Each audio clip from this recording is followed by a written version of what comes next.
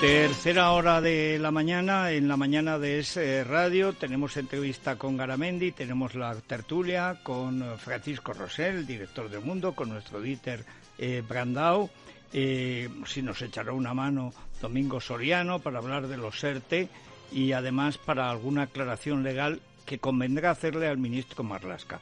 Confieso que lo que me encantaría es ver a un policía deteniendo a Marlaska, o sea, eso es que me haría feliz. Pero mientras llega eso, hoy vamos a ver cómo llueve, porque salvo en Baleares va a llover, en muchos sitios va a tronar, aguaceros continuos prácticamente en toda España.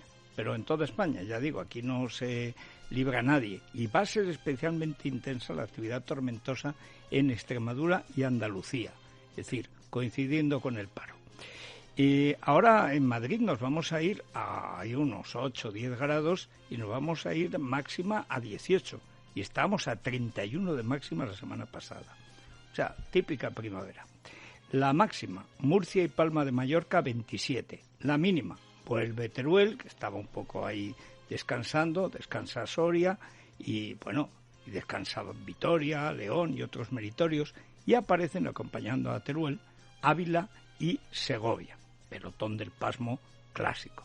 6 grados de máxima. Va a ir ahora con Daniel Muñoz y Silvia Ribeiro con las noticias que después vamos a comentar y a contar. Pero además de lo de los ERTE, que vamos a hablar con Garamendi, tendremos ocasión de debatirlo en detalle, que es lo más importante porque es lo más urgente. Hay algo que es anterior y posterior a cualquier situación del mercado de trabajo, que es el Estado de Derecho. Hoy el editorial de Libertad Digital incide, no es el único medio, pues hay un momento en el que ya los escándalos se acumulan de tal manera que ya no son anécdotas, obedecen a una categoría. La categoría es que este es un gobierno fuera de la ley, que le gusta estar fuera de la ley, que ha hecho del estado de alarma la ley del embudo y que está obligando a guardias civiles, empezando por el general Santiago, a delinquir y a decirlo públicamente. Emplear la Guardia Civil para espiar a los españoles que critican al gobierno en las redes. Pero cabe mayor ignominia para un guardia civil. Hijo de Guardia Civil, además. Pero cabe mayor desdoro, mayor falta de decoro. Pero es que ya la Policía Nacional, actuando como matones bolivarianos, ha sido denunciado ayer aquí en el radio por la propia Unión Federal de Policía, la UFP. La UFP dice que es que no se puede actuar ilegalmente. Bueno, y enseguida salen los lacayos de este gobierno socialcomunista diciendo que obedecen órdenes que a lo mejor están equivocadas. Bueno, la Sala Quinta del Supremo, en marzo de 2018, como esta historia viene de antiguo, lo de la obediencia debida, viene nada menos que del golpe de Estado del 23F, ¿qué es a lo que se parece este estado de alarma? A un golpe de Estado perpetrado por el gobierno contra la población fuera de la ley y sin que además la población se pueda defender. Pero emitió, a propósito de un asunto sin demasiada importancia, que un guardia civil al final no le había puesto una multa a un señor, total, que acabó en el Tribunal Superior, en el Tribunal Militar, un recurso de un abogado, bueno, digamos un asunto sin mayor importancia, que te pongan o no te pongan una multa, bueno, como lo viera el Guardia Civil. Pero la cuestión de fondo es la sentencia que hace, repito, el Tribunal Supremo. Es en la sala de lo militar porque la Guardia Civil está sujeta a jurisdicción militar, pero vale exactamente igual para el Ejército, para los tres y además para la Policía Nacional. Dice así la sentencia: el sistema legalmente establecido obliga al no cumplimiento de una orden que constituya delito o infrinja el ordenamiento jurídico. Y sigue: no caben en nuestro ordenamiento jurídico mandatos antijurídicos obligatorios, entendiendo por ello cualquier mandato que vaya contra la ley o el derecho. En España, dice, el sistema autoritario, dice el Supremo, defiende que quien manda ordena una cosa que debe ser cumplida aunque infrinja la ley y que el que cumple no tiene responsabilidad por cumplirla. Lo que no ocurre en el sistema democrático constitucional, en el que prima el cumplimiento de la ley, de la que proviene toda autoridad, y no es posible ocultarse detrás de una orden para incumplir una ley y no tener responsabilidad. Nadie está por encima de la ley. De manera que cuando algunos policías, porque son algunos, no solamente aporrean las puertas en Núñez de Balboa, sino que suben escaleras arriba, amedrentan a la gente, la asustan, la amenazan con detenerla, cuando enfrente del Corte Inglés de Castellana toman el nombre de los que llevan una pulsera con la bandera española, por orden de ese sujeto que espero verlo en el banquillo, primero detenido por la policía o la Guardia Civil, me da lo mismo, la Nacional. La Guardia Civil impone más, que es Marlaska, pero sobre todo porque este gobierno está convirtiendo a algunos policías en matones bolivarianos. Esto ya es Caracas. No crean ustedes que si en el centro de Madrid se hace eso, ¿qué no serán capaces de hacer en un pueblo donde tengan el alcalde suyo? O sea, estamos en una situación de estado de alarma ante este gobierno que ha impuesto el estado de alarma. Repito, aquí no hay obediencia debida. No puede ser que se esté aplicando un estado de excepción sin el ámbito legal, sin el marco legal del estado de excepción. Y además no podemos acostumbrarnos a estas fechorías infectas. El general Santiago, que no sé si presumió o simplemente confesó, yo creo que presumió, no se le ven muchas luces, es como ha llegado a general, se la voy diciendo, pero presumió de estar espiando a los españoles que en las redes eran críticos con el gobierno. Hombre, es que el español que no es crítico con el gobierno será porque es un sicario del gobierno o un comunista que quiere imponer aquí una dictadura como en Venezuela. ¿Pero qué hace ese guardia civil? Pues hace exactamente lo mismo que hacen los hermanos Rodríguez, Jorge y Delcy, espiando a los venezolanos, asesorados por Podemos. Espiar a la oposición. Y encima la oposición civil, ni siquiera los partidos de oposición. Esto es lo que hacen en Venezuela desde hace muchos años. Lo que hace toda dictadura. ¿Podemos acostumbrarnos a eso? De ninguna de las maneras. Pero de ninguna de las maneras.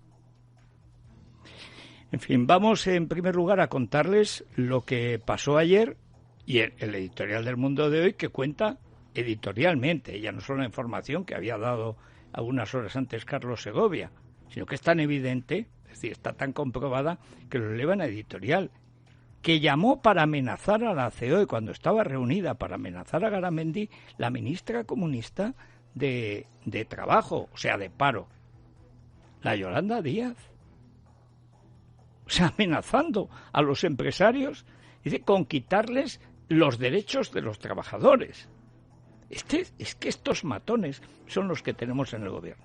Repasemos en primer lugar lo que pasó y luego, por favor, no apaguen la radio cuando hablen el sordo, que me parece muy adecuado para el diálogo, Unai Sordo es el de comisiones, y el Pepito Álvarez, que menudo pajarito se han quitado de en medio en Barcelona. Daniel Muñoz. ¿Qué tal, Federico? Buenos días. El Consejo de Ministros aprueba hoy el acuerdo sobre el empleo alcanzado entre Gobierno, empresarios y sindicatos. El Ejecutivo preparó para la ocasión un acto en Moncloa con el presidente del Gobierno, el vicepresidente Pablo Iglesias y varios ministros. Se desvinculan los ERTEs del estado de alarma y también se permite a las empresas despedir a empleados antes de 6 meses, siempre y cuando la empresa esté en riesgo de quiebra, y esto no lo evaluará la empresa. El pacto fue recibido por las organizaciones firmantes COE, CEPIME, UGT y Comisiones Obreras como un punto de partida para una negociación posterior. Escuchamos al presidente de CEPIME, Gerardo Cuerva, y a los sindicalistas Unai Sordo y Pepe Álvarez. Lo más importante que tiene el pacto, bajo mi punto de vista, es la desvinculación que existe ya del levantamiento del estado de alarma y la extinción del ERTE. Hemos estado a la altura de las circunstancias para priorizar aquello que nos une, que es el intento de mantener el empleo y mantener las empresas respecto a otras discrepancias. Pero con esto no tenemos bastante. El Gobierno tiene que ser consciente de que necesitamos un plan de empleo que sobre todo reactive el consumo interno. Sí, ¿con qué vas a consumir, Rojete? Claro, como este está liberado de la penosa costumbre de trabajar, Llegó de Asturias a vaguear en Barcelona y tras vaguear y pernoctar y pernoctear y vaguear por los antros, entonces ahora ya se ha instalado en Madrid. ¿A sentar plaza de qué? A sentar plaza, como todos los liberados sindicales, de vago. Una época en que el sindicalismo español, ¿estabas de acuerdo con él o no? Pero era respetable.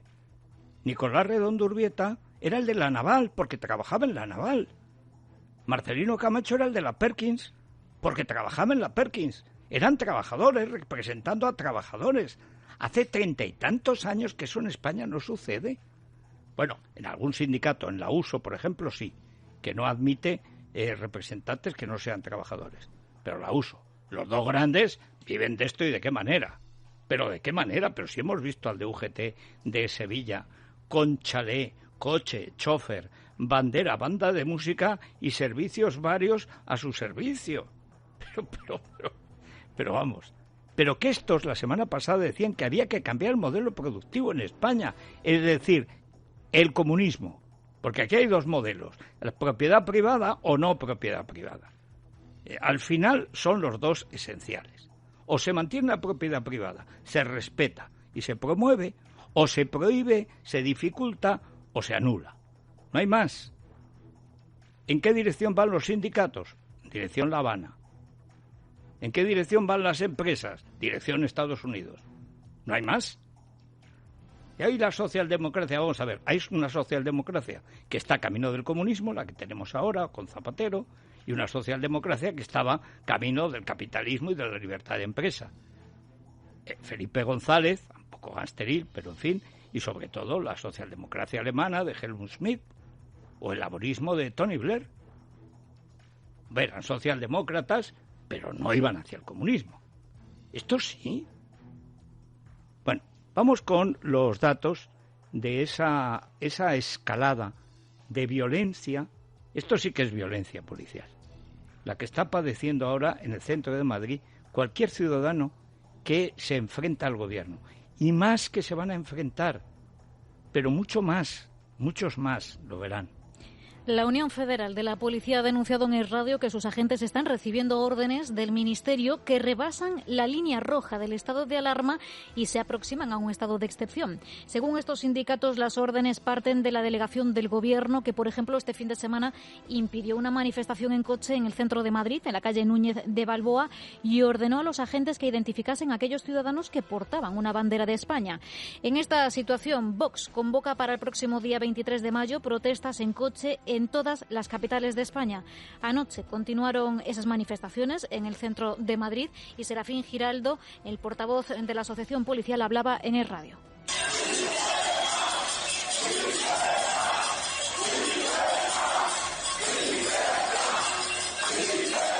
Y estos son situaciones límite y estamos pasando líneas rojas.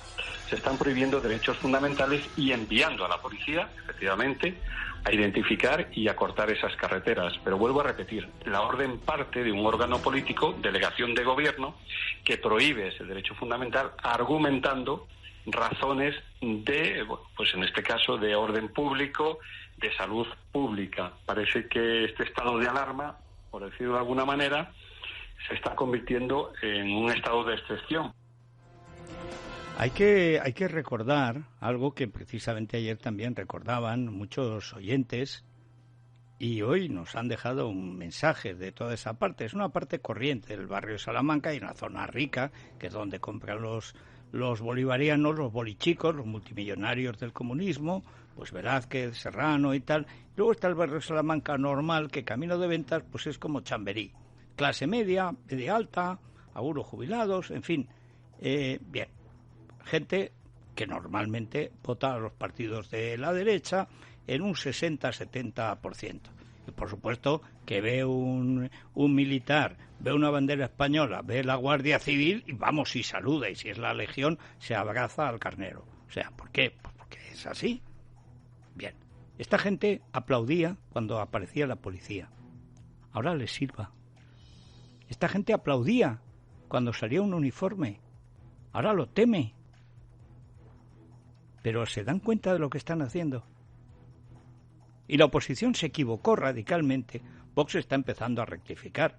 Pero yo recuerdo el primer día cuando, después de las manifestaciones del general Santiago, que debe ser expulsado de la Guardia Civil por dedicarse a actuar ilegalmente contra las libertades civiles, y sigue de general y de número 2 de la Benemérita, que dijo: no van a conseguir que cambiemos nuestra gran opinión de la Guardia Civil. Si tienes una gran opinión de la Guardia Civil, haz lo que hace la Guardia Civil todos los años, que echa entre 100 y 150 posibles corruptos o corruptos pillados infringiendo la ley todos los años. Si se hiciera con la casta política, esto iría mucho mejor. Ese general tiene que estar fuera, ha confesado que está espiando en las redes, que está haciendo que los guardias civiles, mejor adiestrados, nada menos que en las redes, preparados para los delitos cibernéticos, desde la pedofilia, el phishing, las estafas por internet, etcétera, que se dediquen a espiar a los ciudadanos que opinan contra el gobierno. Eso es un delito como la copa de un pino. Y que presuma de ello públicamente, además lo leyó un general de la Guardia Civil, no es para decir, no van a impedir la idea. Vamos a ver, que al frente de la Guardia Civil estuvo Roldán y tenía una banda criminal llamado los Pata Negra, que entraban en casa de los periodistas simplemente para amedrentarlos cuando publicaban algo que no le gustaba a aquel ladronazo, que se llevaba una comisión de cada cuartel que se hacía en España. Eso ya ha existido en España. Siempre ha habido manzanas podridas en todos los cestos, en la Guardia Civil como en la policía. Pero que gente querida por su uniforme, que cuando están tocando el himno nacional, entren en las escaleras aporreando las puertas, ¿son policías o son la banda de Podemos disfrazada? Esto es esencial, no se puede tolerar. No se puede tolerar de ninguna manera, porque esto es entonces ya Venezuela. Siempre habrá gente que dirá que ha obedecido. Hemos leído la sentencia del Supremo de marzo de 2018. De ninguna manera se pueden obedecer órdenes ilegales. De ninguna manera. Y el que lo hace comete un delito. Ni se lo diga el superior ni el inferior. Bueno, pues eso. Vamos ahora, lo digo porque los jueces deben recordar que existe esta jurisprudencia. Porque todo esto, la inmensa mortandad creada, entre otras cosas y básicamente por la incompetencia criminal de este gobierno, va a acabar en los tribunales. Bueno, ya están los tribunales. Los familiares de 3.268 víctimas mortales del coronavirus se han unido en una querella interpuesta ante el Tribunal Supremo por 11 abogados y una procuradora contra el presidente del Gobierno, los 4 vicepresidentes y los 18 ministros del Ejecutivo por un delito de homicidio imprudente. Según han informado los representantes de este grupo, no descartan ampliar la querella contra el doctor Fernando Simón y otros asesores de sanidad como cooperadores necesarios. En la querella se incide en que se incumplieron las obligaciones para adoptar medidas de prevención y protección de la población cuando se emitieron las primeras alarmas desde los organismos institucionales. El doctor Simón considera que estamos en la última fase de contagio, aunque cree que ahora la prioridad es evitar repuntes. Simón se atrevió a poner como ejemplo la situación actual en Corea del Sur y también en Alemania. Sobre los informes para la desescalada, Simón dijo que su departamento solo se encarga de pasar los informes y entiende que no debería haber ningún problema en publicarlos. Madrid y Andalucía van a volver a intentar pasar a la fase 1 los próximos días. Chimo Puig, presidente valenciano, reclamaba en los micrófonos de En Casa de Herrero unos criterios claros por parte del Ejecutivo. Entiendo que serán en algún momento públicos. Entiendo que habrá alguna legislación que tiene que legislar todo este tipo de cosas, pero yo la verdad es que no les puedo decir ninguna fecha. Y eso es lo que nosotros hemos hecho. ¿En base a qué? En base a unos parámetros que se habían configurado que decían, pues, cuántas camas había que tener, cuántas UCIs, y eso lo cumplíamos. Por tanto, nosotros estamos convencidos que cumplíamos todos los parámetros. Cuando al final, después, se produce una reflexión del propio ministerio y al final parece que el jueves, el viernes, dicen, no, bueno, es que pueden haber otros parámetros. Pues es que eso es lo que no se puede generar. Hay que generar seguridad. Bueno, hay que decir que para que vean cómo degenera la especie humana, cuando el jovencísimo director de Mediterráneo de Castellón se llamaba Luis Herrero, su jovencísimo redactor jefe se llamaba Chimo Puig. La verdad En fin, siempre le he dicho a Luis, pero ¿cómo pudiste no verlo venir? Pero bueno, ya saben cómo es Luis. Lo grave es lo del camarada Don Simón, que encima se permite criticar a Corea del Sur. Bueno, hoy lo cuenta Arcadi, lo he citado antes en su columna del Mundo. El repunte de Corea famoso es de 35 contagiados.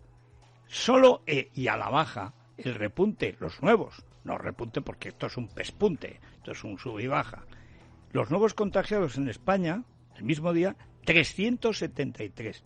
35, 373. El de los 373, este inútil, falsario, embustero, mentiroso, culpable de haber dicho que aquí no entraría nunca el virus, pero ¿qué va a entrar? A lo mejor había 1 o 2 casos sueltos y en todo caso nuestro sistema sanitario estaba perfectamente preparado para hacer frente a lo que viniera.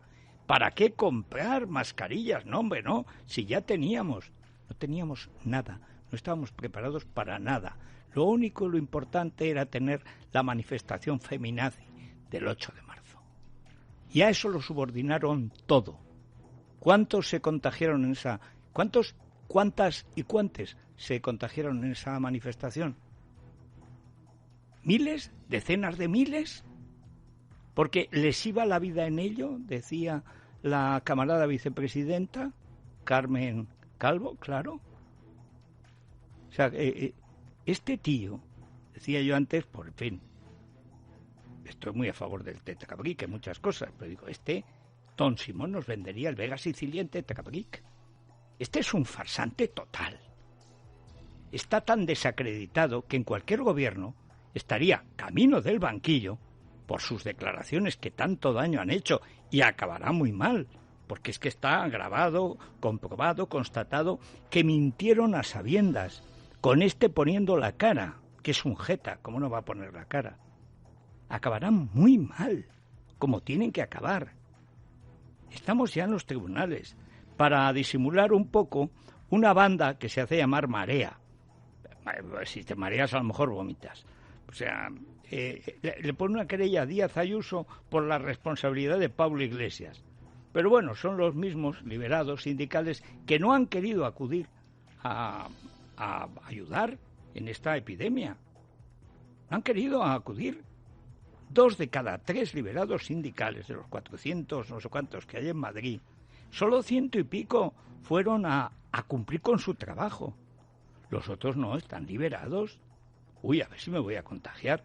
Y estos son los que le montan los pollos a Díaz Ayuso y ahora le quieren poner una querella criminal por lo que era responsabilidad en parte de Ciudadanos, que era el que tuvo que echar Díaz Ayuso, pero sobre todo, ¿qué responsabilidad de Pablo Iglesias?